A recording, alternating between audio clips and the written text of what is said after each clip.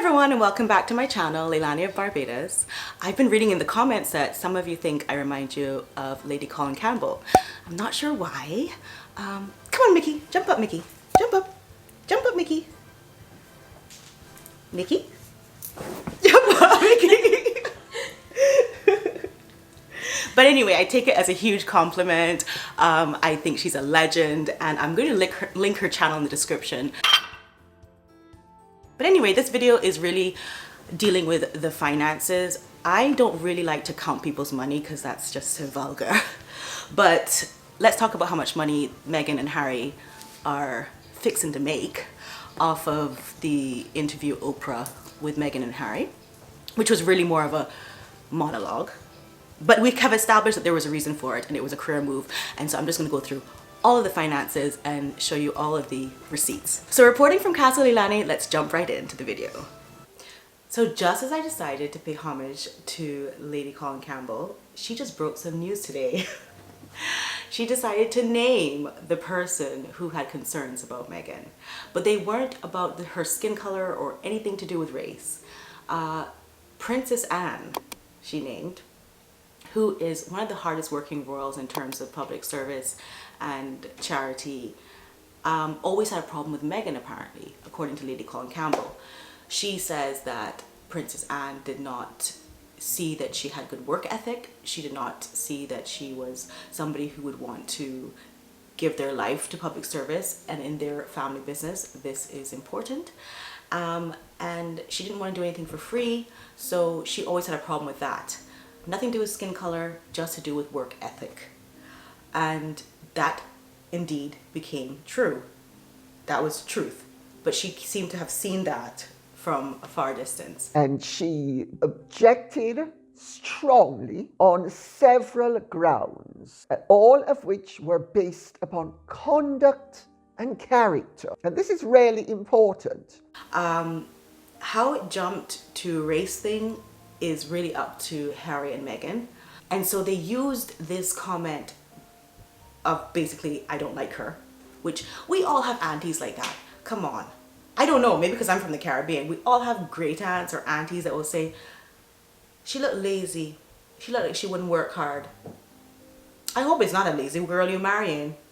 You know, that's a normal thing. Coming into a family, especially a family business, people would, especially the older generation who work their asses off to create this legacy for you, would definitely question people who had ulterior motives or didn't seem like they went with the business acumen. So I think that was just the Lady Colin Campbell importantly said that she wanted to come out with this because she got wind of them trying to come out in certain news outlets with other stories regarding the race comment, and she just wanted to get the scoop on it and, like, you know, give the public the scoop on it. So I respect that. She, as I said, she is the expert, she is the insider, and she is forever the legend. So thank you, Lady Colin Campbell. Again, linked in the description. So let's jump in right now to what I was actually going to talk about, which is their financials.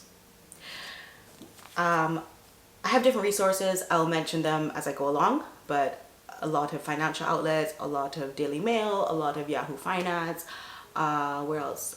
Forbes, you know, so let's go. So the first sign we see of her trying to get back into her career is in January of 2020. There was a Disney voiceover deal that she was seeking or that she was offered. We're not quite sure, but what we are sure of is that Harry was trying to flog her services to Bob Iger. And just like, let's just roll footage.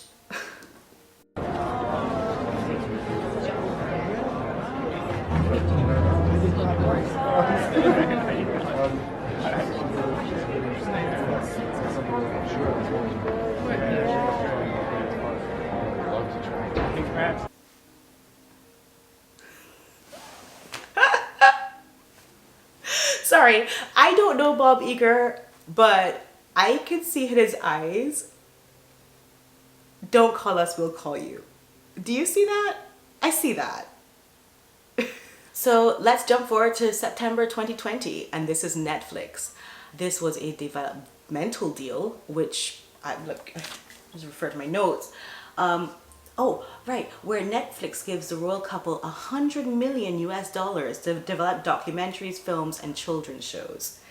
Also, in that same time frame, Harry was meant to do a mental health deal with Apple TV, which was negotiated by Netflix CEO Ted Sarandos himself.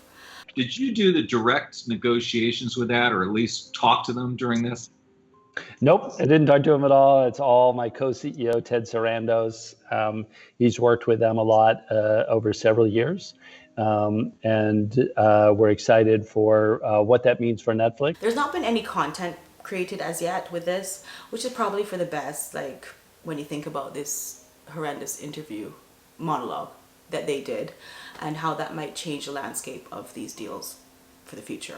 Okay, a few months later, in February of 2021, this is where Spotify comes up. Spotify cut an 18 million US dollar deal. I'm sorry for my English viewers. I'm going to do everything US dollars just because that is where they're based and that's where my resources came up with these figures, and I got to do it.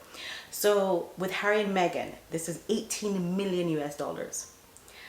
No other artists on Spotify, of course, get offered these deals, but anyway, the podcast that they were supposed to do with Spotify, it flopped. Around this time also, Meghan entered into a deal with a coffee company, a vegan coffee company, which sold their boxes of coffee for about 28 US dollars per pack. Oprah's Instagram post on that company was valued at about 1 million US dollars, according to the Daily Mail. So Oprah also has a hand in revamping her own career through this couple. You know, not that because of in the recent years Oprah has had a little bit of bumps and bruises in her career, you know, the school in Africa, the Harvey Weinstein Association. No, of course not. She doesn't want to revamp anything. Yeah, no. So let's get almost to current, which is the pre-Oprah interview, March the 6th around. We find out that they bought this California mansion, which is worth 15 million US dollars. According to Forbes, the couple put down 5 million and then took out a $10 million mortgage. And Harry's net worth is around 10 million at this time, according to Forbes, and Meghan of 2 million. So just to recap, we have Netflix $100 million for a 5-year deal, and we have Spotify, which is 15 to 18 million US dollars for a 3-year deal. Wait, hold on a minute. Netflix is rich. Like, wow. Yeah, wow. Because even if you multiply the 15 million in 3, no man, that is like rich. Anyway, Harry mentions in his interview this is all for security purposes. He needs to afford security, which is approximately 3 to 4 million US dollars per year. We have really nice family friends who work in that field for celebrities in security, and they work hard. Very long hours, and I'm not surprised that they get paid very well. Luckily, I get to hang out with them for free. And see what it feels like to hang out with security people. No, but these are good family friends from way back, so happy for them. Speaking of freeness, Oprah in the interview, which drew 17.14 million viewers, I have to say that this has been alleged that this is gratis. Meghan and Harry did this for free, the interview. But a couple things. According to the Wall Street Journal, Oprah's production company was paid between 7 and 9 million for licensing rights. I mean, okay. Also, with all these deals I'm talking about that have never quite come to fruition, think of it as like a movie that's not come out yet. There has to be promotion. So you go on, even the same James Corden, people go on that to promote their movies and so on. There has to be some promotion. And I'm sorry to say, because this interview was so harmful in so many ways, but I think it was their promotion of the deals that they had struck that they'd actually done nothing for as of yet. And they use this as a promotion. And that's...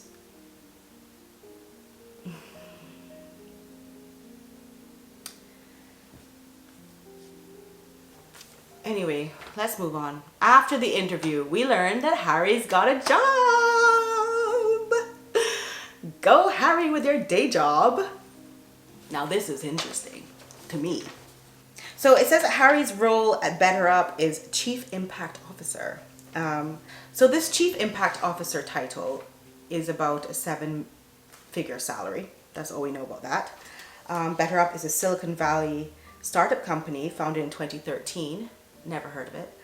Net worth is 1.73 billion US dollars. Sorry, I must be living under a rock. Or on a rock, as I am. Network of 2,000 coaches, 270 employees, coaching in 49 languages, 66 countries. It endeavors to provide life coaching on personal development, increase awareness for all-round better life. Well, what's even better is that Harry credits his understanding, quote, of resilience to all the people and experts over the years that he has been learning from. So this is what he brings to the table in his CV, so to speak. But also not bringing to the table in terms of the interview where your wife could not get help.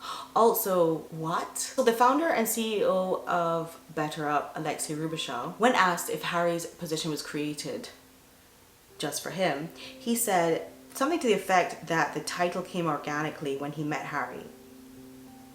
So we'll take that as a yes. But really it came organically specific to Prince Harry. Oh, but wait, he adds that Harry used to use the app previously. When? When she was trapped in the palace and had no one to talk to? Really? When did you have the app? When were you using this app? Because these kind of apps have been around. I alluded to this in my very first video, and I said that there are apps on your phone. So when pressed a little bit more about Harry's role, Alexei says that he will not be managing a team. I mean, duh. His credentials are knowing people who do this for a living. And also Alexei was asked if Harry is an investor, and just raw footage because it's I can't redo it like how he can do it. Is Prince Harry investing in BetterUp in any way, or getting an equity stake in the company as part of working with you guys? Sure. As you can imagine, as a private company, we don't discuss compensation data with, publicly, but so if ever there was a non-answer, yeah, private company, whatever. But his dream is to go public with his company in order for it to have longevity, he says. The goal is for this private independent company to become a public independent company. Buy low, sell high, guys. I hope you've enjoyed watching Stock Market Watch with Leilani of Barbados. Or should I say Stock Markle Watch? Stock Markle Watch. Sounds good. No, but seriously. I'm just going to end with a quote from Piers Morgan. I mean, like him or hate him, it doesn't matter. He has a lot of experience in media, and he lost his job because she complained for him, as we say in Barbados. She literally complained for him. And he was also asked to apologize. She is obsessed with apologies. There's another judgment going on here where she has asked for an apology, and they've stated that they're going to wait on that for a while until to see what really is going on with her, because her credibility is sort of lost. But yeah, she's obsessed with people apologizing to her, it seems like. Catherine, the newspaper that she'd sued, Piers Morgan, Anyway, Piers Morgan says, I don't have any problem with ITV. My problem is with the increasingly insidious woke cancel culture that's now infesting all companies like ITV. If allowed to continue unchecked, it will make it virtually impossible for anyone with an opinionated personality to survive in any workplace. Still, I want to say that I wish the Sussexes, I'm not sure if they're still called the Sussexes. I don't know if they will be called the Sussexes for very long, but I think that right now they still are, and I wish them the best. Honestly, I think, it's a dog-eat-dog world, I guess, for them, and after what they've done, they will definitely need all the support they can get outside of their family. So I do wish them the best, even for their children. So that's my wish. Thank you so much for watching. Mickey and I would like to remind you to please press the thumbs up button, subscribe, and press the bell notification so you know when I'm doing this again. Also, please leave comments. I love when you leave comments. I think that's the best bit about YouTube, and I like to reply to them. So thank you so much for watching. Bye.